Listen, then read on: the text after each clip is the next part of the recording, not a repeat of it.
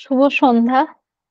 ABP অর্থাৎ association of Bengali professional এর উদ্যোগে শুভ সন্ধ্যা। এবিপি অর্থাৎ অ্যাসোসিয়েশন অব বেঙ্গলি প্রফেশনালস এর উদ্যোগে বাংলা সংস্কৃতির চর্চা করা হয় প্রতি রবিবার রিডিং ক্লাবের মাধ্যমে। এবিপি প্রকাশিত পত্রিকার নাম এবং বাঙালি। 2022 সালে এবং বাঙালি সাহিত্য পত্রিকা প্রথম সংখ্যা আত্মপ্রকাশ লাভ করে বাঙালি মুসলিম মনন ও ঐতিহ্য নামে, এবং 2023 সালে এবিপির দ্বিতীয় সংখ্যা এবিপি এবং বাঙালি পত্রিকার দ্বিতীয় সংখ্যা ঐতিহাসিক গল্প সংকলন নামে আত্মপ্রকাশ লাভ করে। এছাড়াও এবিপি প্রতি রবিবার সানডে রিডিং ক্লাবের মাধ্যমে দীর্ঘ 3 বছর ধরে সাহিত্য সংস্কৃতি চর্চা করে আসছে। পাশাপাশি এবিপি 2023 সাল থেকে শুরু করছে স্বাস্থ্য সচেতনতামূলক গাইড।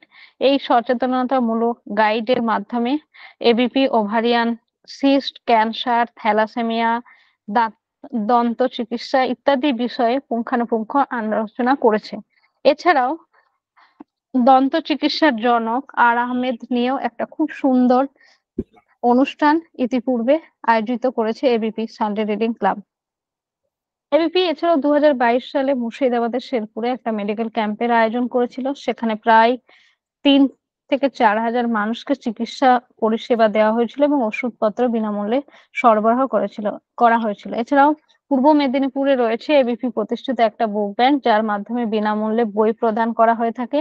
এছাড়াও প্রতিনিয়ত এবিপি কাজ করে চলেছে প্রত্যেক বছর শীতকালীন বস্ত্র এবং বছরের ঈদ উপলক্ষেও কিছু মানুষকে বিনামূল্যে বস্ত্র দেওয়া হয়ে থাকে। এছাড়াও এবিপি এবছর শুরু করেছে এবিপি বার্ষিক স্কলারশিপ, যার মাধ্যমে বেশ কিছু ছাত্রছাত্রীকে স্কলারশিপের ব্যবস্থা করেছে এবিপি। এইভাবেই এবিপি সাহিত্য, সংস্কৃতি এবং উচ্চশিক্ষার উত্তরণের সোপান হিসেবে কাজ করে চলেছে প্রতিনিয়ত। এবিপি রিসার্চ গাইডের মাধ্যমে দেশ বিদেশে বহু ছাত্রছাত্রীর গবেষণার পথকে প্রশস্ত করতে দীর্ঘ 3 বছর ধরে এবিপি রিসার্চ গাইড দিয়ে চলেছে। এছাড়াও এবিপি দেশ বিদেশের ছেলে মেয়েদের এর কর্পোরেট জগতে পথকে প্রশস্ত করতে শুরু করেছে এর স্পোকেন ইংলিশ কোর্স। এই সমস্ত কাজ দীর্ঘ 4 বছর ধরে এবিপি করে আসছে নিষ্ঠার সাথে। আজ আমরা একত্রিত হয়েছি এবিপির উদ্যোগে পল্লী কবি জসিমউদ্দিনের মৃত্যুবার্ষিকী উপলক্ষে একটি সাংস্কৃতিক সন্ধ্যায়। আজকের সন্ধ্যায় উপস্থিত সকল দর্শককে এবিপির পক্ষ থেকে আন্তরিক শুভেচ্ছা ও ভালোবাসা জানাই, এবং আজকে যার মৃত্যুবার্ষিকী সেই পল্লী কবি জসিমউদ্দিনের উদ্দেশ্যে এবিপির পক্ষ থেকে রইল বিনম্র শ্রদ্ধা এবং শ্রদ্ধাঞ্জলি। এবং আজকে যিনি মুখ্য আলোচনা করবেন আমাদের আজকের অনুষ্ঠানে পল্লী কবি জসিমউদ্দিনের তারাবি কবিতাটি, তিনি হলেন এবিপির অন্যতম পৃষ্ঠপোষক এবং এবিপির প্রেসিডেন্ট ডক্টর আবু শাহিদ আহমেদ মহাশয়। আমি আবু শাহিদ আহমেদ মহাশয়কে অনুরোধ করব আজকের আলোচনা শুরু করার জন্য। ধন্যবাদ।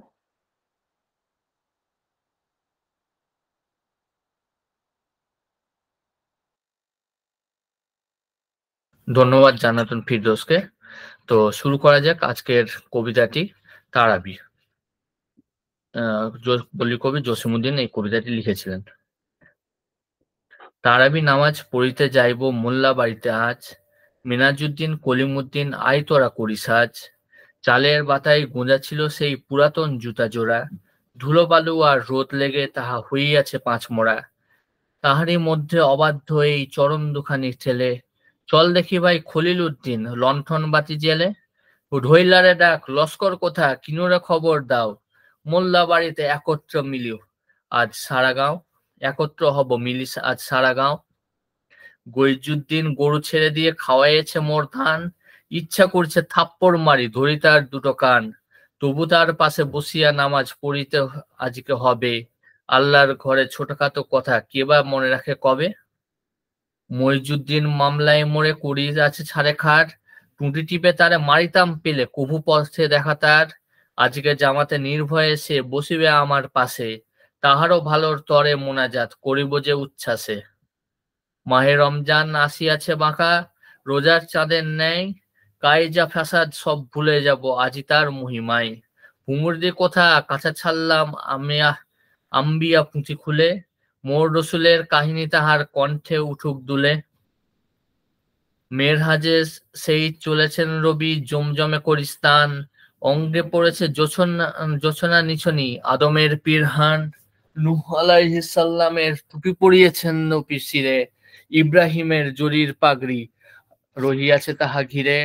হাতে বাঁধা তার কোরআন তাবিজ জৈতুন হার গলে, কত রবি শশী একত্র হয়ে উঠিয়াছে যেন জ্বলে। বুরহাকে চড়ে চলেছেন নবী, কণ্ঠে কলিমা পড়ি, দুগ্ধ ধবল দূর আকাশে ছায়াপথ রেখা ধরি। আদম সুরাত বাম ধারে ফেলি চলে নবী দূর পানে, গ্রহ তারকার লেখা রেখাহীন ছায়া মায়া আসমানে। তারপর সেই চৌঠা আকাশ সেইখানে খাড়া হয়ে মোনাজাত করে আখেরি নবীজি দুহাত ঊর্ধ্বে লয়ে। এই যে কাহিনী শুনিতে শুনিতে মোল্লা বাড়ির ঘরে, মহিমাই ঘেরা অতীত দিনের টানিয়া আনিব ধরে। পচন মোল্লা কোথায় আজিকে সরু সুরে পুঁথি পড়ি, মোর রসুলের ওফাত কাহিনী দিকসে বয়ান করি। বিমারের ঘোরে অস্থির নবী তাঁহার বুকের পরে, আজরাইল লেলে আসন্ন লভিল যান কবচের তরে। অচেতন হযরত কহে এসেছো দোস্ত মোর, বুঝলাম আজ মোর জীবনের নিশি হয়ে গেছে ভোর। একটু খানিক তবুও বিমল করিবারে হবে ভাই, এ জীবনে কোনো ঋণ যদি থাকে শোধ করে তাহা যায়। মাটির ধরায় লুটাই নবীজি ঘিরিয়া তাহার লাশ, মদিনার লোক থাপড়িয়া বুক করে সবে হাহুতাস। আব্বা গো বলি কাঁদে মা আব্বা গো বলি কাঁদে মা ফতেমা, লুটায় মাটির পরে আকাশ ধরণী গলাগলি তার সঙ্গে রোদন করে। এক ক্রন্দন দেখেছি আমরা বেহেশতে হায়, আদম ও হাওয়া আদম নির্বাসিত যে হয়েছিল ধরা ছায়। যিশু জননীর কাঁদন দেখেছি ভেসের পায়া ধরে, কুরুশ বৃদ্ধ সে ক্ষত বিক্ষত বেটার বদন সরে। আরেক কাঁদন দেখেছি আমরা নির্বাসী হাজরার, জমিনের পরে শ্যাওলা জমেছে অশ্রু ধারায় তার। সবার কাঁদন একত্রে কেউ পারে যদি মিশাবার, ফতেমা মায়ের কাঁদনের সাথে তুলনা মেলে না যার। আসমান যেন ভাঙিয়া পড়িল তাহার মাথায় হায়, আব্বা বলিতে আদরিয়া কেবা ডাকিয়া লইবে তাই। গলেতে সোনার হারটি দেখিয়া কে বলিবে দেখে আর, নবী কনের কণ্ঠে মাতা গো এটি নহে শোভাদার। সেই বাপজান জনমের মতো গিয়াছে তাহার ছাড়ি, কোন সে সুদূর গহন আধার মরণ নদীর পাড়ি। জাজিরাতুল আরবের সে রাজা কিসের অভাব তার, তবু ভুখা আছে 4-5 দিন মুসাফির রেলদার। কি তাহারে দিবে খাইবারে নবী ফতেমার দ্বারে এসে, চারিটি খোরমা ধার দিবে মাগো কহে এসে দিন বেশে। সে মহাভিখারী জনমের মতো ছাড়িয়া গিয়াছে তাই, আব্বা গো বলি এত ডাক ডাকে উত্তর নাহি হাই। এলাইয়া বেশ লুটাইয়া কেশ মরুর ধুলোর পরে, কাঁদেমা ফতেমা কাঁদনে তাহার খোদার আসন নরে, খোদার আরস নরে। কাঁদনে তাহার ছদন শেখের বয়ান ভিজিয়া যায়, গৈজুদ্দিন পিতৃবিয়োগ পুনঃ যেন উথলাই। খৈমুদ্দিন মামলায় যারে করেছিল ছাড়ে খার, সে কাঁদিছে আজ ফতেমার শোকে গলাটি ধরিয়া তার। মোল্লা বাড়ির দলিজায় আজ সূরা ইয়াসিন পড়ি, কোন দরবেশ সুদূর আরবে এনেছে হেথায় ধরি। হনু তনু ছমু কোমরে আজ লাগিছে নূতন যেন, আবু বক্কর ওমর তারেক ওরাই এসেছে যেন। সকলেই আসিয়া জামাতে দাঁড়ালো, কণ্ঠে কালাম পড়ি, হয়তো নবীজি দাঁড়ালো পিছনে ওদেরই কাতার ধরি। ওদের মাথার শততালি দেওয়া ময়লা টুপির পরে, দাঁড়াইল খোদা আরস কুরসি ক্ষণেক ত্যায্য করে। মোল্লা বাড়িতে তারাবি নামাজ হয় না এখন আর, বুড়া মোল্লাজি কবে মারা গেছে, এক সকলই অন্ধকার। ছেলেরা তাহার সুদূর শহরে বড় বড় কাজ করে, বড় বড় কাজে বড় বড় নাম, খেতাবে পকেট ভরে। সুদূর গাঁয়ের কিবা ধারে ধার তারাবি নামাতে হায়, মোমের বাটিটি জ্বলিত, তাহা যে নিবেছে অবহেলায়। বচন মোল্লা যক্ষা রোগেতে জুঝিয়া বছর চার, বিনা ঔষধে চিকিৎসাহীন নিভেছে যতন জীবন তার। গভীর রাত্রে ঝাউবনে নাকি কণ্ঠে রাখিয়া হাই, হোসেন শহীদ পুঁথিখানি সে সুর করে গেয়ে যায়। ঘুমুর্দি সেই অনাহারে থেকে লভিল চুলের ব্যথা, চিৎকার করি আছাড়ে পিছারি ঘুরিতেছে যথাতথা। তারপর সেই অসহ্য জ্বালা সহিতে না পেরে হাই, গলে দড়ি দিয়ে পেয়েছে শান্তি আম্র গাছের ছাই। কাঁচা ছাড়লাম পুঁথিখানি আজও রয়েছে রেহেল পরে, ইঁদুরে তাহার পাতাখানা হাই কেটেছে আধেক করে। লস্কর রাজ বিদ্ধ হয়েছে চলে লাঠি ভর দিয়ে, হনু তনু তারা ঘুমায়েছে গায়ে গোড়ের কাফন নিয়ে। সারা গ্রাম খানি থমথম করে স্তব্ধ নিরালা রাতে, বনের পাখিরা আছাড়িয়া কাঁদে উতলা বায়ুর সাথে। কিসে কি হইল কি পাইয়া হাই, কি আমলা হারালাম, তারই আফসোস শিহরি শিহরি কাঁপিতেছে সারা গ্রাম। ঝিঁঝিরা ডাকিছে সহস্র সুরে, এক মুখ মাটির ব্যথা, জোনাকি আলোয় ছড়ায়ে চলিছে বনপথে যথা তথা। তো এই ছিল কবিতাটা। বাস্তবেই মানে তো প্রচন্ড আবেগপূর্ণ কবিতা। মানে আমাদের মতো পরিবার থেকে যারা এসেছে, এখানে কবিতাটা শুরু হচ্ছে গ্রামে তারাবি পড়া নিয়ে, এবং শেষ হচ্ছে এখনকার মানে তৎকালীন পরিস্থিতি বুঝিয়ে। এবং যারা আমরা দেখেছি যে গ্রামে বড় হয়ে তারপরে শহরে চলে যেতে হয়, অন্য শহরে বড় হতে হয়, গ্রামের পুরানো যে পরিবেশটা থাকে সেটা কিভাবে পাল্টে যায়, এবং সেটাও একটা বড় আবেগের জায়গা, নস্টালজিক হওয়া হোক বা আরো হোক, গ্রামের অর্থনীতি সমাজনীতি বা তারাবি নিয়ে যে উচ্ছ্বাস, সেটা খুব সুন্দরভাবে তুলে ধরেছেন। তো আবার আমরা সঞ্চালিকার কাছে ফিরে যাচ্ছি।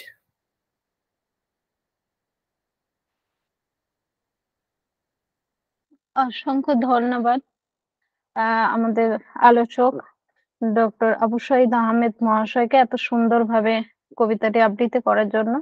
এবার আমরা আমাদের কবিতার যে আলোচনা সেখানে আমরা চলে যাব। আপনাদের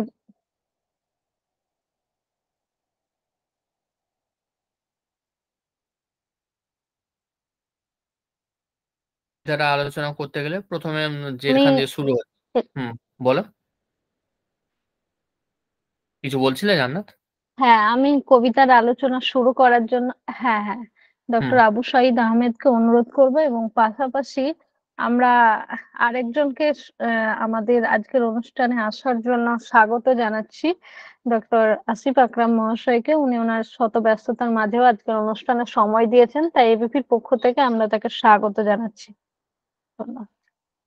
আমি মূল আলোচককে তার আলোচনা জারি রাখ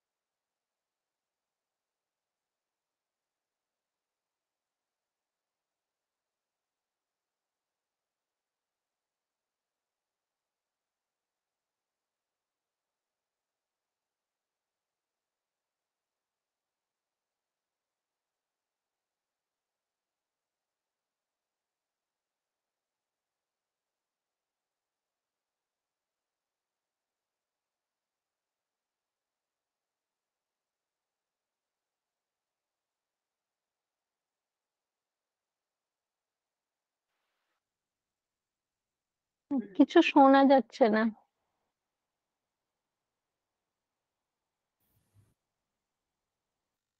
হ্যাঁ, এবার শুনতে পাচ্ছ? হ্যালো? হ্যাঁ, এবার শোনা যাচ্ছে। হ্যাঁ। আচ্ছা, ধন্যবাদ। তো আরো একবার শুরু করছি। প্রথমে কবিতাটি শুরু হচ্ছে যে তারাবি নামাজ পড়তে যাওয়া হবে, সেটা একটা মানে একটা আনন্দঘন পরিবেশের মধ্য দিয়ে। এবং সেখানে দেখা যাচ্ছে তারাবি নামাজ পড়তে যাবো মোল্লা বাড়িতে আজ, মিনাজুদ্দিন কলিমুদ্দিন আয় তোরা করি সাজ। এখানে মিনাজুদ্দিন কলিমুদ্দিন বা গ্রামের সবারই নামের শেষে উদ্দিন আছে, এরকম দেখা যাচ্ছে। হয়তো কবি জসিমউদ্দিন যে পরিবেশে বড় হয়েছিলেন তাকে সেখানে হয়তো এটাই স্বাভাবিক ছিল, আহ উদ্দিন পরিবেশটা। আর মোল্লা বাড়িতে হয়তো বলা হয়েছে এই কারণে যে মসজিদ, আর যেখানে তিনি ইমাম সাহেব, মোল্লা সাহেব বা মৌলভী সাহেব যিনি নামাজ পড়াতেন, তিনি হয়তো মসজিদের পাশেই ঘর নিয়ে থাকতেন। তো সেখানে মসজিদ আর মোল্লা বাড়ি একই হয়ে গেছে। তো তারপরে যেটা আছে যে চালের বাতায় গোঁজা ছিল সেই পুরাতন জুতা জোড়া। তো বাতা বা বাত্তা যেটা হয় সেটা হচ্ছে ইয়েতে বাঁশকে কেটে কেটে যে অংশগুলো করা হয় ঘর ছাওয়ার কাজে বা ছাদ বানানোর কাজে, সেটাকে বাতা বলে। সেটা দিয়ে রিক্সাতে ইয়ে করা হতো, ছোটবেলায় দেখেছি। ধুলো বালু আর রোদ লেগে তাই হয়েছে পাঁচমোড়া। মানে গ্রামের রাস্তায় সেই মানে খুব একটা জুতো টুতো পরা হতো না, এখানে অজু করে যাওয়া হবে সেই জন্য, যাতে ময়লা না লাগে সেই জন্য জুতো পরা হচ্ছে। আগেকার দিনে জুতো খুব মানে স্পেশাল অকেশনে করা হতো। তো তাহারই মধ্যে অবাধ্য এই চরণখানি ধুলে, মানে পাঁচ মোড়া হয়ে গেছে, তাতে সহজে পড়া যাচ্ছে না, হয়তো ছোট হয়ে গেছে, মেকে গেছে, সহজে পায়ে গলানো যাচ্ছে না, সেটাই। তো এই বর্ণনাটা দিয়েছেন। তার চলো দেখি ভাই খলিলুদ্দিন লণ্ঠন বাতি জেলে, ধৈলারে ডাক লস্কর কোথায়, কিনুরে খবর দাও, মোল্লা বাড়িতে একত্র মিলে একত্র হব মিলিয়ে আজ সারা গাঁও। তো এটা হয়েছে। এরপরে যেটা দেখা যাচ্ছে যে গ্রামের দিকে যে কাজিয়া ফ্যাসাদ হয় সেই সবগুলোই আছে। কেউ গরু ছেড়ে দিচ্ছে, গইজুদ্দিন নামে একজন। এর গইজুদ্দিন নামের মানে আমি জানি না, হয়তো গিয়াসুদ্দিন শব্দটাই হয়েছে গ্রাম্য ইয়েতে। এটা এরকম গ্রামের দিকে নাম হয়ে যেত, সবাই তো মানে জানতো না, কিন্তু একটা আরবি নাম দিতে হবে, তো সেখানের জন্য যে কোনো নামই হয়ে যেত। এখনো এই প্রথা চলে আসছে, নামের মানে থাকে না কিন্তু নাম হয়ে যায়। তো সে গইজুদ্দিন লেখকের পারিবারিক ধানি জমিতে গরু ছেড়ে দিয়েছিল।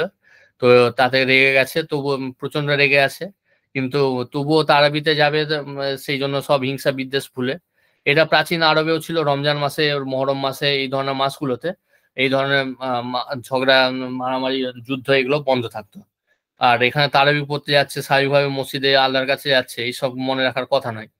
তারপরে মইজুদ্দিন, সেই সময় গ্রামের জমি জায়গা নিয়ে প্রায় মামলা হতো, এবং এবং তাতে এক পরিবার সর্বশান্ত হয়ে যেত। এবং সেখানে পরস্পরের সম্পর্ক তো প্রচন্ড খারাপ হবে, সেখানটাই বলা হয়েছে মইজুদ্দিন মামলায় মোড়ে করিয়াছে ছাড়ে খাট, পুঁটি টিপে তারা মারিতাম পেলে পথে, কবু দেখা তার।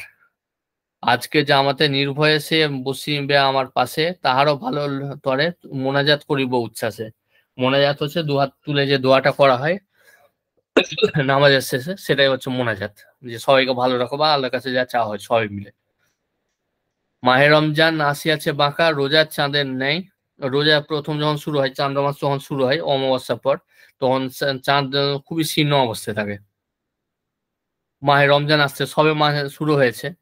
তো কাইজা ফেসাদ, কাজিয়াটাকে এখানে কাজিয়া হয়ে গেছে, কাজিয়া ফেসাদ সব ভুলে যাব আজই তার মহিমায়। তো কাজিয়া ভুলে যাব। আর এখানে ভুমুরদি শব্দটা লেখা আছে, ভুমুরদি কোথা কাঁচা ছাড়লাম আম্বিয়া পুঁথি খুলে। ভুমুরদি যে লেখা আছে, তিনি হয়তো উমরুদ্দিন বা এই টাইপের কোনো নাম হবে, সেই নামটাই বিকৃত হয়ে গেছে। কাসা সাল্লাম হচ্ছে আম্বিয়া যেটা আছে, সেটা আসলে হচ্ছে কাসাসুল আম্বিয়া সাল্লাম, বা কাসাসুস সাল্লাম আম্বিয়া, কাসা বা কাসুল আম্বিয়া। এটা একটা ফার্সি এবং আরবি পুঁথি ওই একই নামে, সেটাকে বাংলায় করা হয়েছিল এবং ব্যাপকভাবে জনপ্রিয় ছিল। সেটা এমন জনপ্রিয়তা ছিল যে কেউ যদি বাইরে কাজ করে যেত তাহলে সেইটা নিয়ে যেত। অস্ট্রেলিয়ায় কয়েকদিন আগে বহুদিন পুরনো বাঙালি মুসলিমদের একটা ইয়েতে বাড়ির ধ্বংসাবশেষ পাওয়া গেছে, সেখানে একটা বই আবিষ্কার হয়েছে, সেটা হচ্ছে এই কাসুল আম্বিয়া বা কাসুল সাল্লাম যা হয়েছে। আর সেই সময় মানে প্রপার বই বেরোতো যেগুলো, সেগুলোকে ভদ্রলোকেরা বই বলে দাবি করতো না। মুসলিম সাহিত্যে যে বইগুলো বেরোতো সেগুলোকে বটতলা পুঁথি বলে ব্যঙ্গ করতো। তো ভদ্রলোকেরা ব্যঙ্গ করলেও এই পুঁথির মানে সাধারণ সমাজে ব্যাপক জনপ্রিয়তা ছিল। পুঁথি লেখকদের মধ্যে গরিবুল্লাহর শহীদ সোনাভান বা এই ধরনের পুঁথিগুলোর খুব জনপ্রিয়তা ছিল। উম, তারপর জংনামা, মহরমা কাহিনী, তো এইগুলোই আছে।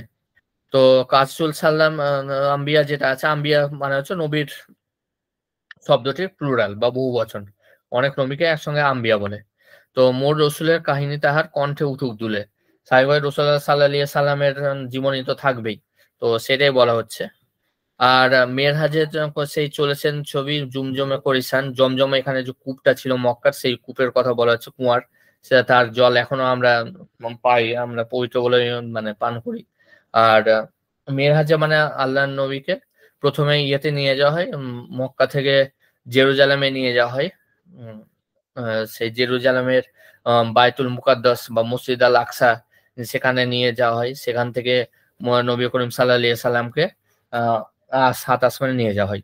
তো যেখানে নিয়ে যাওয়া হয়েছিল সেই বাহনের নাম ছিল বুরাক, বুরাক বা বুরাক যাই বলা হোক। তো তাতে করে নিয়ে যাওয়া হচ্ছিল, তার পাখা ছিল এবং সে খুব দ্রুত চলাফেরা করতে হতো। বুরাক মানে অ্যাকচুয়ালি হচ্ছে বিদ্যুৎ। তো বুরাকের চেহারা বর্ণনা দেওয়া আছে হাদিসে, যে ঘোড়ার থেকে ছোট আর গাধার থেকে একটু বড়। তো ওতে করে নিয়ে যাওয়া হয়েছিল। তার পাখাও ছিল নাকি, বা পাখা ছিল কি ছিল না, তার ব্যাপক বর্ণনা নেই, কিন্তু প্রচন্ড দ্রুত যাতায়াত করতো। তো এক রাতের মধ্যেই তাকে নিয়ে জেরুজালেমে পৌঁছে গেছিল মক্কা থেকে।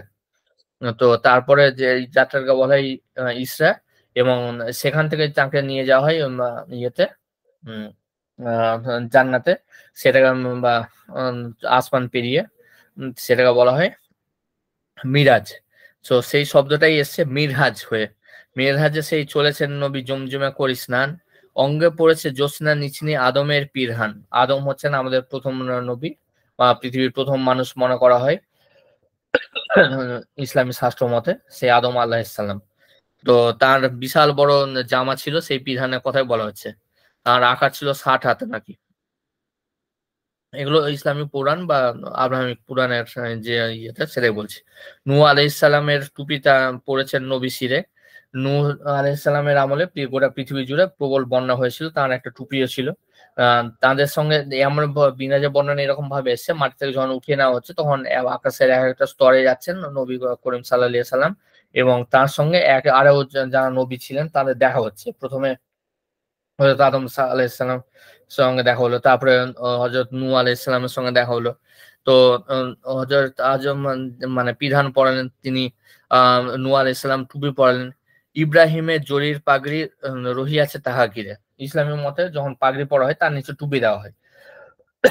তো নূহ আলাইহিসসালামের যে টুপিটা আছে সেটা পরে নেওয়ার পর তাকে পাগড়ি দিয়ে ঘিরে দেওয়া হলো, জরির পাগড়ি, সেটা হযরত ইব্রাহিম আলাইহিসসালাম দিলেন। হাতে বাঁধা তার কোরআন তাবিজ, জৈতুন হার গলে। জৈতুন মানে এক ধরনের ফল, অনেকটা অলিভ ব্রাঞ্চের অলিভের মতো বা জলপাইয়ের মতো। তো সেই ওই ফলকে হার বানিয়ে পরা হতো। মানে গরিব ইয়েতে তখন সোনা রূপা মুক্তা অত ছিল না, এবং নবী করিম সাল্লাল্লাহু আলাইহি ওয়াসাল্লাম দারিদ্র গরিব হালতেই থাকতে পছন্দ করতেন। তো গরিব বেশটাই ছিল, তো সেটাই দেখানো হচ্ছে। মানে কবির এটা কল্পনা, বাস্তবে কি হয়েছিল সেটা অনেকটাই পার্থক্য হয়ে যায়। এবং তারপরে প্রসঙ্গটা আরো বেশি করে আসবো, যে মূল শাস্ত্র এবং লৌকিক যে ইয়েটা আসছে সেখানে কতটা পার্থক্য হচ্ছে সেটা। তো হাতে বাঁধা তার কোরআন তাবিজ, এখানে তাবিজের কথা আছে, যে কোরআনের আয়াতকে একটা মাদুলের মধ্যে পুরে দিয়ে সেটাকে মোম দিয়ে বন্ধ করে হাতে পড়া হয়। এটা মনে করা হয় যে বিপদ আপদ থেকে রক্ষা করবে। তো এই ধরনের প্রস্তাব বা মূল আরবে বা মুসলিম ইসলামে কতটা ছিল সেটা পরের কথা, তবে এখানে ভারতীয় উপমহাদেশে বেশ ছিল। কারণ তার আগে যারা থাকতো তারা মাদুলি পড়তো, কবচ পড়তো। তো সেই প্রথাটা মুসলিমদের মধ্যে এখনো থেকে গেছে। তো শত হাতে বাঁধা তার কোরআন তাবিজ, জৈতুনহার গলে, শত রবিশস্য একত্রে হয়ে উঠিয়াছে যেন জ্বলে। ওই যে জৈতুনের হার আছে সেইটাতে যেন শত রবিশস্য একত্রে জ্বলছে। বুড়হাকে চলেছেন নবী কণ্ঠে কলিমা পড়ি, দুগ্ধ ধবল দূর আকাশের ছায়াপথ রেখা ধরি। বুড়হাকের কথা তো আগে বলেছি।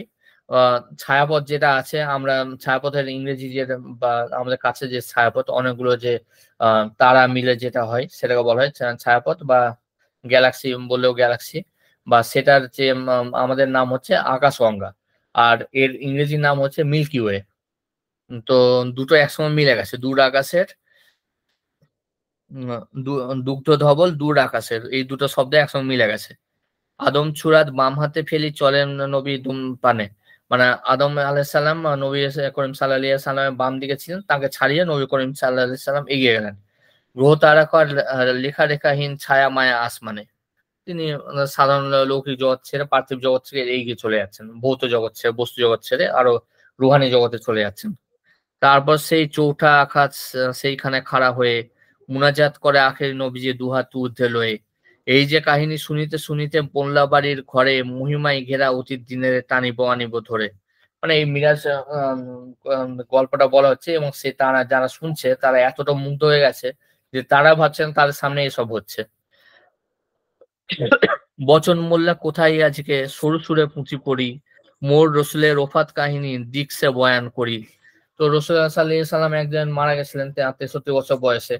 তো সেই ঘটনাগুলোই বলবে এবং সেটা খুব আবেগপ্রবণ ভাবে বলবেন এবং সেটাই দেখা যাবে। বিমানের ঘোরে অস্থির নবী তাহার বুকের পরে, আজরাল এসে আসন লবিও যান কবজের তরে। আজরাল বা আজরাইল ফেরেশতা যিনি আছেন তিনি আমাদের রূহ কবজ করেন বা মানে আত্মাকে ধরে নিয়ে চলে যান, দেহ থেকে আলাদা করে নিয়ে চলে যান।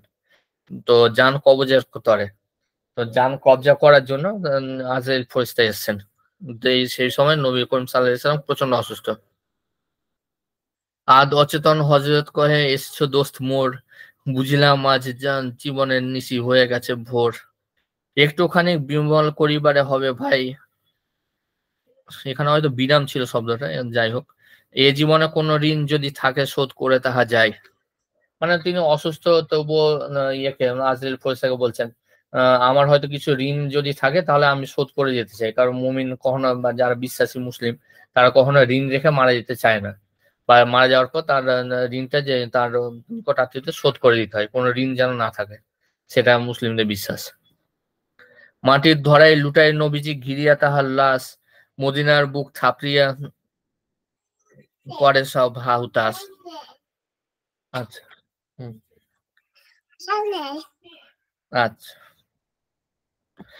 তো সেই সময় ওইখানে বুক চাপড়ে চাপড়ে আরবের লোকেরা কাঁদতো, এটা একটা প্রথা ছিল। তো আব্বা গো বলি কাঁদে মা ফতিয়া, লুটায় মাটির পরে, আকাশ ধরণী গলাগলি তার সঙ্গে রোদন করে। যেখানে এখানে একটা সংস্কৃত শব্দ একটু বলা দরকার, যেখানে আকাশ মাটির সঙ্গে মিলে বা আকাশ পৃথিবীর সঙ্গে মিলে সেই শব্দগুলো ক্রন্দসী বা রোদসী বলা হয়। সেটা কিছুটা ভারতীয়, হ্যাঁ, আচ্ছা, প্রভাব পড়েছে। তো নবী করিম সাল্লাল্লাহু আলাইহি সাল্লামের মৃত্যু দৃশ্যটা এখানে বর্ণনা করা হচ্ছে। তিনি মদিনা শহরে মদিনাতুন নবী শহরে মারা গেছেন, তার সেখানে যা প্রতিক্রিয়া হচ্ছে সেই জায়গাটা। তো এইটা দেখা তিনি বলেছেন, তো সেটাই এখানে বলা হয়েছে। এক ক্রন্দন দেখেছি আমরা বেহেশত হতে হাওয়া আদম নির্বাচিত যে হয়েছিল ধরাছাই। এখানে প্রথম নারী পুরুষ হাওয়া আলাইহিসসালাম এবং আদম আলাইহিসসালামের কথা বলা হচ্ছে। আদম আলাইহিসসালাম এই গন্ধম গাছের ফল খেয়ে নিয়েছিলেন বলে জান্নাত থেকে তাকে বের করে দেওয়া হয়, তাকে এবং হাওয়াকে। এবং শয়তান এটা প্ররোচনা দিয়েছিল যে তোমরা এটা খাও, খেলে তোমরা অমর হয়ে যাবে, বিশাল জ্ঞানী হয়ে যাবে, তোমাদের বিশাল ভালো হবে। কিন্তু ফল হয়েছিল যে আল্লাহ নাফরমানি করার জন্য সেখান থেকে বের করে দেওয়া হয়েছিল। তো সেই ক্রন্দনের ইয়েটা, তাতে যে কষ্ট পেয়ে কেঁদেছিলেন। এর পরে যে অংশটা আসবে সেটাও একটু ইন্টারেস্টিং। যিশু জননীর কাঁদন দেখেছি ভেসের পায়া ধরে, ক্রুশবিদ্ধ সে ক্ষত বিক্ষত বেটার বদন ছড়ে। এই কাসুল আম্বিয়া যে দেওয়া হয়েছিল সেটাতে তৎকালীন রোমান যে মূল যে ফার্সিটাই, তাতে ওই তৎকালীন যুগে বাইজেন্টাইন হোক বা অন্যান্য খ্রিস্টান হোক, তাদের যে শাস্ত্রে তার প্রভাব পড়েছিল। কারণ ইসলামের মতে মনে করা হয় যে ঈসা আলাইহিসসালামকে বা যীশু খ্রিস্টকে ক্রুশবিদ্ধ করা হয়নি বা ক্রুশবিদ্ধ করতে ব্যর্থ হয়েছিল। তো সেইটা, তো সেইটাই এখানে বর্ণনা দেওয়া হয়েছে যে ঈসা আলাইহিসসালাম মানে যীশু খ্রিস্টকে ক্রুশবিদ্ধ করা হয়েছে এবং বাকিরা সেটা দেখে কাঁদছে। তো সেটারই বর্ণনা আছে, তার মা মেরি বা মরিয়ম সেটা দেখে কাঁদছেন, সেটাই বর্ণনা দেওয়া হয়েছে এবং তার এটা স্মরণ করে। আর ভেসের পায়া বলতে যেখানে ক্রুশবিদ্ধ করে টাঙিয়ে রাখা হয়েছে সেইটারই কথা বলা হয়েছে। আর এইটা হচ্ছে তখন মানে কাসুল আম্বিয়ার প্রসঙ্গটা।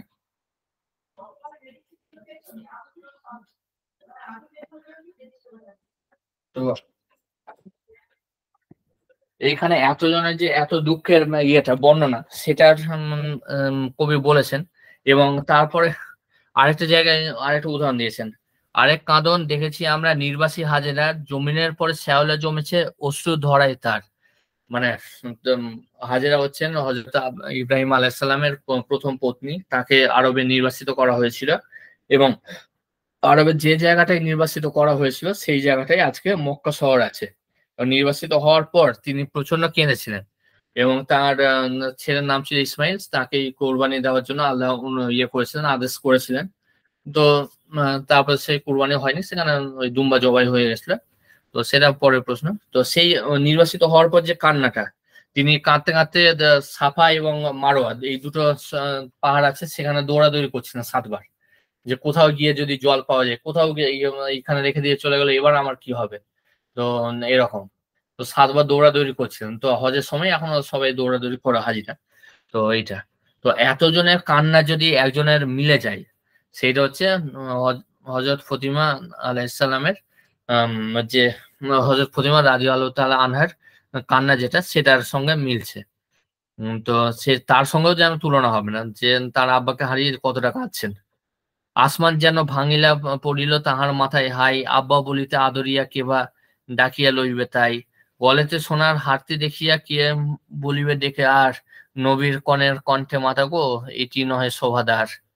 তো এক সময় ফতেমা আলাইহিস সালাম হয়তো সোনার হার পরিয়েছিলেন, তখন নবী করিম সাল্লাল্লাহু আলাইহি সাল্লাম ডেকে বলেন যে তুমি তো নবীর মেয়ে, তো তোমাকে এইসব দুনিয়াবি বিলাস ব্যসন তোমাকে মানায় না, তুমি এগুলো ছেড়ে দাও। তো সেটাই বুঝে হইতে লেখা ছিল কবিতা, ইয়েতে পুঁথিতে। রাসূল সাল্লাল্লাহু আলাইহি সাল্লামের যে ওফাত বা মৃত্যু নিয়ে বর্ণনা হয়েছে যে পুঁথিতে, সেটাই। তো সেই বাপজান জনমের মতো গিয়াছে তাহার ছাড়ি, কোন সে সুদূর গহন নাধার মরণ নদীর পাড়ি। তো রাসূল সাল্লাল্লাহু আলাইহি সাল্লাম বা তার পিতা মারা গেছেন, সেটারই বর্ণনা। জাজিরাতুল আরবের সে জাজিরাতুল সে আরবের রাজা, কিসের অভাব তার, ভুখা আছে 4-5 দিন, মুসাফির এলো তার, কি তাহারে দিবে খাইবারে ফতিমা দ্বারে সে, 4টি খোরমা ধার দিবে মাহ, মাগো কহে সে দিন বেছে। তো জাজিরাতুল মানে ইয়াথরিব বা মক্কায়, সরি মদিনাতে তার সাম্রাজ্য প্রতিষ্ঠা হওয়ার পর তিনি অনেকটা সফল হয়েছিলেন এবং একটা রাষ্ট্র নির্মাণ করেছিলেন। তো রাষ্ট্রটা যেহেতু আরব উপদ্বীপে আছে, যে যাকে আরবিতে বলে দাঁড়ায় যে জাজিরাতুল আরব, তো সেখানকার তিনি শাসক এবং তাহলে সম্পদের অভাব হওয়ার কথা নেই, তবুও তিনি প্রচন্ড দিনহীন হিসেবে থাকতেন। তিনি মানে এমন অবস্থা ছিল যে বাড়িতে কেউ এসে মানে ভিক্ষা চাইলেও তিনি মানে মেয়ের বাড়িতে এসে 4টা খোরমা ভিক্ষা করে নিয়ে গেছিলেন। তো এটাই, সেই মহাভিখারী জন্মের মতো ছাড়িয়া গিয়াছে তাই, আব্বাকে বলি এত ডাক ডাকে উত্তর নাহি হাই, এলাইয়া বেশ লুটাইয়া কেস মলুর ধুরার পরে, কাঁদেমা ফতেমা কাঁদনে তাহার খোদার আরস নড়ে। তো ফতেমা রাদিয়াল্লাহু তাআলা আনহা কাঁদছেন, তার কান্নার চোটে আল্লাহ তাআলা যে আসনটা, সেটাকে আরস বলা হয়, আরস কুরসি, তো সেটাও যেন নড়ছে তার ইয়েতে। কাঁদনে তাহার ছদন শেখের বদন ভিজিয়া যায়, গইজুদ্দিন পিতৃবিয়োগ পুনঃ যেন উথলায়, খৈমুদ্দিন মামলায় যারে করেছিল ছারখার, সে কাঁদিছে আজ ফতেমার শোকে গলাটি ধরিয়া হাত। মানে গইজুদ্দিনের যে ইয়েতে গরু ছেড়ে দিয়েছিল, তো সে তার বাবা মারা গেছে অনেকদিন আগে, তো সেটাও মনে পড়ছে, মা ফতেমা রাদিয়াল্লাহু তাআলা আনহার যে কান্না, সেটা মনে করে। আর খৈমুদ্দিন বা মঈনুদ্দিন যে হোক, সে মামলা করে সবাইকে হ্যারাস করতো। তো তবুও সেই মানে আবেগে এতটা হয়ে গেছে যে পাশে কার গলা জড়িয়ে ধরে কাঁদছে সেটাও তার হুঁশ নেই। মোল্লাবাড়ির দহলিজায় আজ সূরা ইয়াসিন পড়ি, কোন দরবেশ সুদূর আরবে এসেছে এনেছে হেথায় ধরি। তো ওই ছদন শেখ বা যা বদর মোল্লা, এরা যেভাবে পড়ছে ইয়েটা সূরা ইয়াসিনটা বা মোল্লা ইয়েতে তারাবি নামাজের আগে, সেখানে হয়তো কাসুল আম্বিয়া বা এই সবগুলো পড়া হতো, সেটা হয়তো চলছিল। তো এইখানে এইসব হচ্ছে। তো সেখান থেকে আরব থেকে যেন কোনো সুফি দরবেশ বা বড় মৌলানা চলে এসছেন এবং হনু তনু ছমু করে কুমুরে আজকে লাগিছে নূতন হেন, এরা সব ছোট ছোট বাচ্চা, এই জন্য উদ্দিন কিছু নাম নেই। আবু বক্কর, ওমর, তারেক, ওরাই এসেছে যেন। আবু বক্কর রাদিয়াল্লাহু তাআলা আনহু একজন বিশিষ্ট সাহাবা ছিলেন, তিনি প্রথম খলিফা হন, বা হযরত মুহাম্মদ সাল্লাল্লাহু আলাইহি সাল্লাম মারা যাওয়ার পর তিনি প্রথম মানে রাষ্ট্রনায়ক হন ইসলামী জাহানের। তারপরে রাষ্ট্রনায়ক হন ওমর ইবনে খাত্তাব রাদিয়াল্লাহু তাআলা আনহু। আর তারেক যার কথা বলছি তিনি এদের থেকে অনেক পরে তিনি স্পেন বিজয় করেছিলেন। তো তিনি ছিলেন তারেক ইবনে জিয়াদ। তার নামে এখন আন্দালুসিয়া যে উপদ্বীপ আইবেরিয়ান পেনিনসুলা সেখানে ইয়েতে একটা পাহাড় আছে যার নাম জাবাল আল তারিক বা জিব্রাল্টার, যেটা এখন ব্রিটেনের দখলে। তো মূল কবিতায় ফিরে যাচ্ছে। তো সকলে আসিয়া জামাতে দাঁড়ালো, কণ্ঠে কালাম পড়ি, হয়তো নবীজি দাঁড়ালো পিছনে, ওদেরই কাতার ধরি। এটা কবি কল্পনা করছেন যে এদের মহান রুহ যারা আছেন তারা যেন এই জামাতে সামিল হয়েছেন, বা এখানে যারা তারাই পড়তেছে তারাও যেন ওই মহান রুহের সঙ্গে মিশে গেছেন ইয়েতে। ওদের মাথার শততালি দেওয়া ময়লা টুপির পরে যা দাঁড়াইল খোদা আরশ কুরসি ক্ষণেক ত্যায্য করে। মানে খোদা তাআলার আরশ মানে আরশ ছেড়ে এদের উপর যে আশীর্বাদ মানে বর্ষণ হচ্ছে সেটা একটু কল্পনা করেছেন যে গ্রাম পাড়াগাঁয়ে তো অত পাগড়ি বা ইয়ে তো ছিল না। সাধারণত টুপি, তালপাতার টুপি পরতো বা এই ধরনের কাপড়ের টুপি পরতো বা সেলাই দেওয়া সুতোর টুপি পরতো। তো সেইগুলোর কে বেশিরভাগ সময় ছিনে যেত গরিব ছিল বলে। তো নতুন টুপি না কিনতে পেরে সেটাকে তালিয়ে দিয়ে বা সেলাই করে আবার পরা হতো। তো সেই টুপিগুলোর উপরেই আল্লাহর আশীর্বাদ পড়েছে। তো এর পরে কি হলো সেটা বর্ণনা, যে এই সময়টা যখন কেটে গেল, মোল্লা বাড়িতে তারাবি নামাজ হয় না এখন আর। বুড়ো মোল্লাজি কবে মারা গেছে সকলেই অন্ধকার। যিনি ইমাম সাহেব ছিলেন তিনি মারা গেছেন। ছেলেরা তাহার সুদূর শহরে বড় বড় কাজ করে, বড় বড় কাজে বড় বড় নাম, খেতাবে পকেট ভরে। তো ছেলেরা পড়াশোনা শিখে গ্রামে আর কাজ পায়নি, ওর ইমামতিও করেনি। তো তারা শহরে চলে গেছে বড় কাজ করতে, তারা ইনকাম করছে বড় ইয়েতে। সুদূর গাঁয়ের কিবা ধারে ধার তারাবি নাম জামাতে হাই, মোমের বাতিটি জ্বলিত তাহা যে নিবেছে অবহেলায়। তো স্বাভাবিক শহরে ইলেকট্রিসিটি বড় বড় জায়গায় বড় বড় খেতাব পাচ্ছে, তখন আর গ্রামের কথা মনে পড়ে না ওদের। সেখানে যে মোমবাতি জ্বলতো সেটা ইয়ে হয়ে গেছে, নিভে গেছে। বচন মোল্লা যক্ষা রোগীতে বুঝিয়া জুঝিয়া বছর 4, বিনা ঔষধে চিকিৎসাহীন নিভেছে জীবন তার। গভীর রাত্রে ঝাউবনে নাকি কণ্ঠে রাখিয়া হাই, হোসেন শহীদ পুঁথিখানি সে সুর করে গেয়ে যায়। হোসেন শহীদ কারবালার ঘটনা নিয়ে, মোহরমের ঘটনা নিয়ে হয়েছিল, আমাদের এটা নিয়ে আলোচনাও আছে। তো বচন মোল্লা এরা ইয়ে করতো, পুঁথি পড়তো। সে তো যক্ষা রোগে, সেখানে গ্রামের চিকিৎসা নেই, কোনো হসপিটাল নেই, গরিবের অবস্থা। সে বেচারে 4 বছর ধরে ভুগে মারা গেল। তো কেউ গ্রামের দিকে এই ধরনের কুসংস্কার বা এই প্রচলন হয়ে যায় ভূতের আলোচনা, যে বচন মোল্লা ভূত নাকি সেখানে ঘুরে বেড়াচ্ছে, সে নাকি এখনো পুঁজি পড়ছে।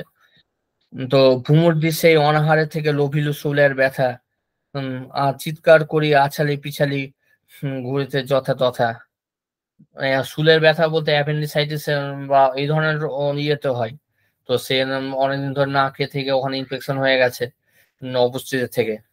তো ইয়েতে তো এইরকম অবস্থা তো পড়তেও খারাপ লাগছে, কষ্ট। তো তারপর সেই অসহ্য, তারপর সেই অসহ্য জ্বালা সহিতে না পেরে হাই, গলে দড়ি দিয়ে পেয়েছে শান্তি আম্র গাছের ছাই। আম গাছে শেষ পর্যন্ত গলায় দড়ি দিয়ে আত্মহত্যা করেছে বেচারা অ্যাপেন্ডিসাইটিসের ব্যথা সহ্য করতে না পেরে। কাছে ছাড়লাম পুঁথিখানি আজ রয়েছে রেহেল পরে, ইঁদুরে তাহার পাতাখানি হাই কেটেছে আধেক করে। লস্কররাজ বৃদ্ধ হয়েছে চলে লাঠি ভর দিয়ে, হনু টনু তারা ঘুমায়েছে গায়ে গোরের কাফন নিয়ে। খালি লস্কর যা ছিল সে হয়তো বেঁচে আছে, আর বাকি হনু তনু এরা সবাই মারা গেছে। আর কাসুল সাল্লাম বা কাসুল আম্বিয়া সাল্লাম যে পুঁথিটা ছিল সেটা এখনো রেহেল বা বই যেখানে রাখা হয় সেখানটা আছে। ওই ক্রস করে কাঠের এক ধরনের বানানো হয় যার উপর বই রেখে কোরআন শরীফ বা এই ধরনের পুঁথিগুলো পড়া হয়। তো সেগুলো রাখা হয়েছে। তো এখনো আছে। তো সেটাকে কেউ দেখে না, খোঁজ নেয় না, সেটাকে ইঁদুরে কেটে খেয়ে নিয়েছে। সারা গ্রাম খামি থমথম করে স্তব্ধ নিরালা রাতে, বনের পাখিরা আছড়িয়া কাঁদে উতলা বায়ুর সাথে। কিসে কি হইও, কি পাইয়া হাই, কি আমরা হারালাম, তারই আফসোস শিহরি শিহরি কাঁপিতেছে সারা গ্রাম। ঝিঁঝিরা ডাকছে সহস্র সুরে এ মুখ মাটির ব্যথা, জোনাকির আলোয় ছড়ায় চলেছে মন পথে যথা তথা। এটা নতুন করে কি বলবো, সারা গ্রাম বেশিরভাগ লোকই তো চলে গেছে, যুবকরা বাইরে কাজ করতে চলে গেছে, বুড়ো মানুষ যারা তখন জোয়ান ছিল তারা তখন বৃদ্ধ হয়েছে। হয়তো বচন মোল্লা খালি ইয়েতে লাঠি নিয়ে ঘুরে বেড়ায়, লস্কর লাঠি নিয়ে ঘুরে বেড়ায়, বচন মোল্লা তো মারাই গেছে যক্ষা রোগে। তো আর ভূমূর্তি তো সুইসাইড করেছেন ইয়েতে কাছে দড়ি দিয়ে, গলায় দড়ি দিয়ে। তো এরকম অবস্থা, বেশিরভাগ লোকই নাই, বেশিরভাগ গ্রামখানি ধুধু করে ছুটে ইয়ে হয়ে আছে, খা খা করছে। কেউ কারো খবর রাখে না। তো এরকম অবস্থা। তো সেখানে এটা কিসে কি হইল, কি পাইয়া হাই কি আমরা হারালাম, মানে আমরা বড় চাকরি পেয়েছি বা অন্য কিছু টাকা ইনকাম করছি বা অন্য কারণে কেউ শহরে চলে গেছি।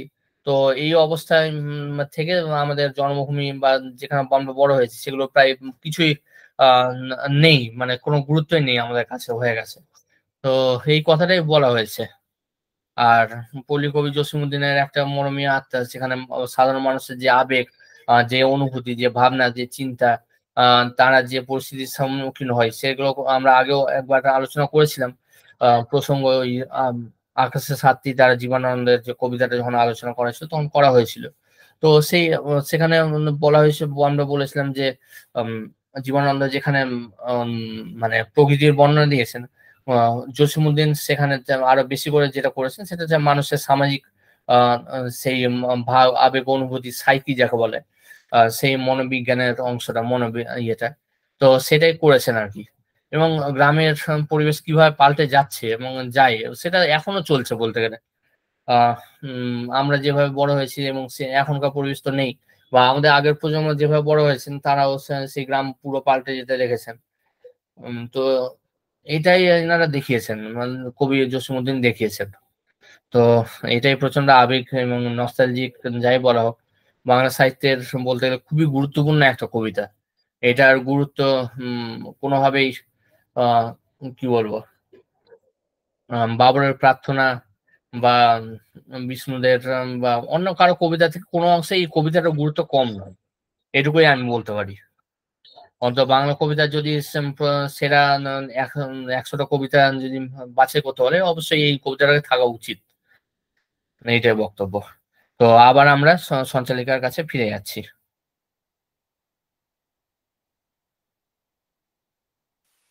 অসংখ্য ধন্যবাদ ডক্টর আবু সাইদ আহমেদ মহাশয়কে এত সুন্দরভাবে আলোচনাটা করার জন্য। আমি ডক্টর আসিফ আকরামকে অনুরোধ করব আজকের আলোচনা সম্পর্কে কিছু বলার জন্য।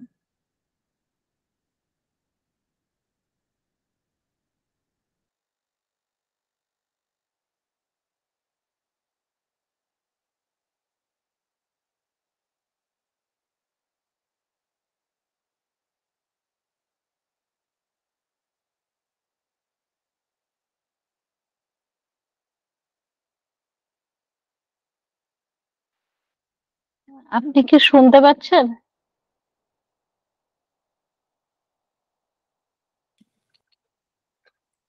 আমার কিছু বলার নেই। শুধু এটুকু বলবো যে এই কবিতাটার আলোচনাতে সমৃদ্ধ হলাম এবং বিভিন্ন ইমেজেরি বিভিন্ন যে সিম্বলস গুলো নিয়ে আলোচনা করলেন আবু সাইদ আহমেদ, এবং যেভাবে তিনি ব্যাখ্যা করলেন এরকম ব্যাখ্যার আরো প্রয়োজন আছে। এবং শুধু এই কবিতা নয়, আরো অনেক কবিতা যেখানে বাঙালি মুসলিম সংস্কৃতিকে তুলে ধরা হয়েছে, এই ধরনের কবিতাতে আমরা ভবিষ্যতে আরো সমৃদ্ধ হব আবু সাইদ ভাইয়ের আলোচনায়, এই আশা রাখি। জসীমউদ্দীন সাহেবকে তার আগাম জন্মদিনে শুভেচ্ছা রইল, এবং আমরা খুব আম, গর্বিত যে আমরা তার জন্মদিন পালন করতে পারলাম। আম, এবং আমরা চাইবো ভবিষ্যতে ওনার জন্মদিনকে আরো বড় করে, আরো ব্যাপক আলোচনার মাধ্যমে, আরো ব্যাপকভাবে তাকে নিয়ে যেতে, একটু যাতে আমরা কারেকশন আলোচনা করছি, করতে। এটা 13ই মার্চ ওনার মৃত্যুদিন আসলে। হ্যাঁ, ধন্যবাদ। ধন্যবাদ, ওনার মৃত্যুদিন। আহ, ধন্যবাদ কারেক্ট করার জন্য। তো আমার দিক থেকে এইটুকুই। জান্নাত। ধন্যবাদ ডক্টর আসিফ আকরামকে ওনার মূল্যবান তথ্য দেওয়ার জন্য। তো আমাদের আর কারোর কিছু সেরকম বলেনি। আজকের আনুষ্ঠানিকভাবে আমরা অনুষ্ঠান আজকে এখানেই শেষ করছি।